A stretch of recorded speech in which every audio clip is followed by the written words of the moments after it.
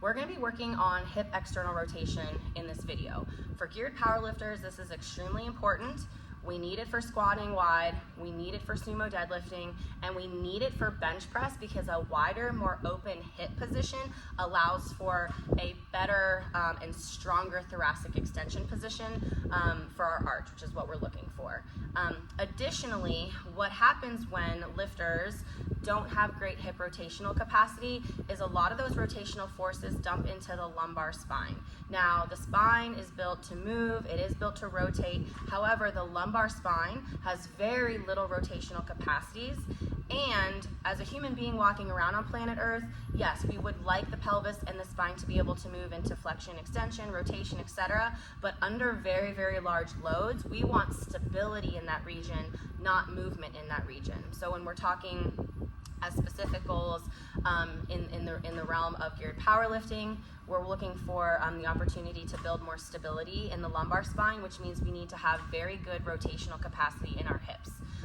So something that it's important to know, and I don't know if people do understand this, is because of the compressive forces of the hips, or excuse me, of the briefs and the suit of the gear that you're wearing, every single time you put that stuff on, which so for most of us is minimum 1 time a week, but for many of us it's a couple times a week depending on where we are in our training cycle, you are losing access to hip rotation.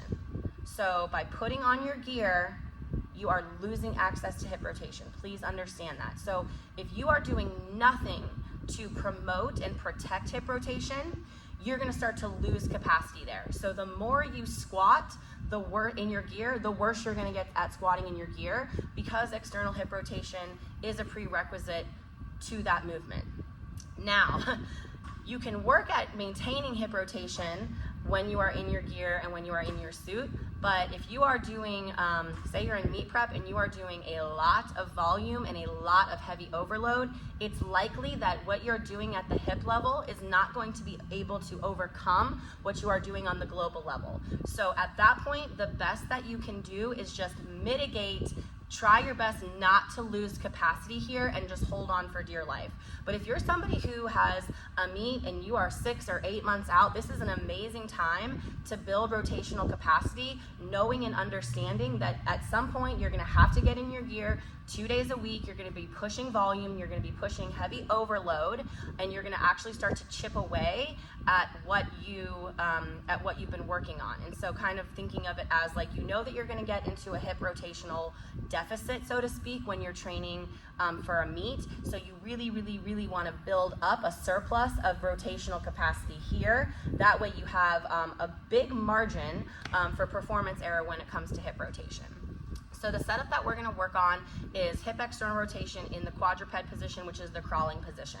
I think this is an easy one for folks to access to, and I think it's also a great one for us to drive maximal forces through. If you are utilizing this position as a tool for movement prep, we're gonna be looking at kind of intensities down here, where we're holding this position for longer durations, say up to a minute, at lower intensities around 60 to 70%. Now, if you are someone who needs to increase loading capacity or even joint space, and that would probably be determined by an assessment, you can work up here in more training ranges, which is going to be shorter durations for much higher intensities directed into that hip joint. And again, kind of, so the position will remain the same across the training spectrum, but where your training intensity falls is gonna be dependent on your goals for your own body. So here is the position.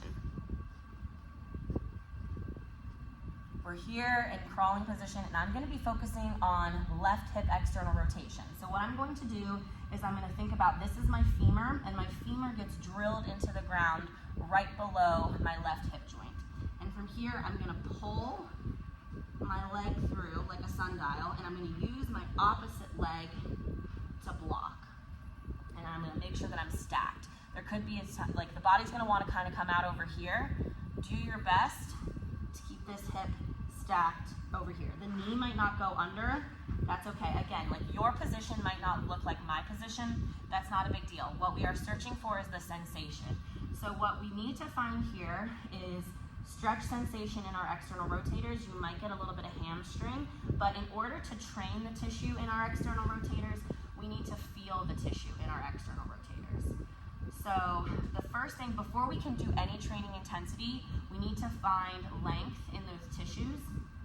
So whether you're heading into a max effort external rotation bout, or you are simply prepping for your lower body day and you're going to do a positional hold for about a minute at 60 seconds, we need to do one initial set where we are just passively hanging out here and we are trying to get our brain to acknowledge the sensation. So we're really just chasing down that stretch sensation.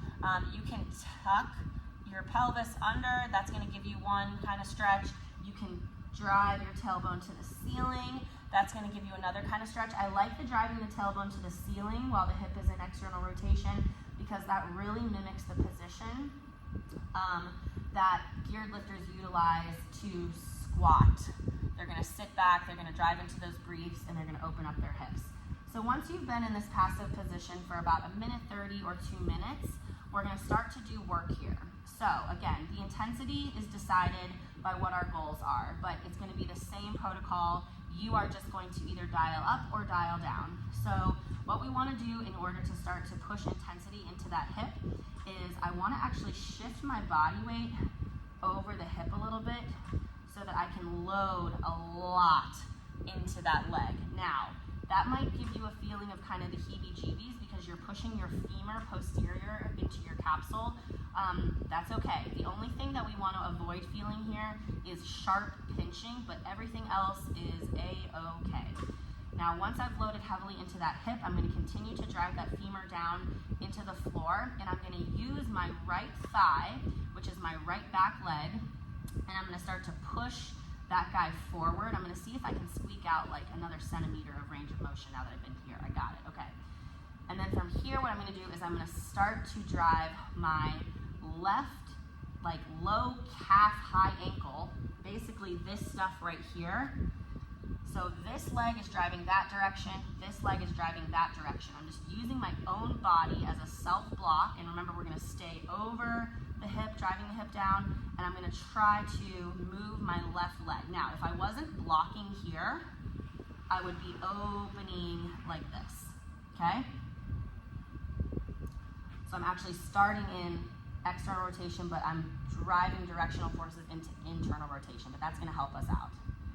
So if you are working on just trying to get this hip ready to do some work, you might hold this position for a few rounds of a minute at 60 to 70% effort. If you are looking for increased load capacity at that joint, if you are looking for space, like actual additional range of motion at that joint, you would work up to, again, you would work up to a max effort bout in that hip joint in exactly the same way that you would approach a max effort lift, by starting at longer duration, lower intensity, going to moderate duration, moderate intensity, going to high intensity, short duration, and then going to maximal effort for a very short window of time, like 7 to 10 seconds. But that setup is a really great way to prime your hips and keep track of your hip rotation, which will protect your lumbar spine.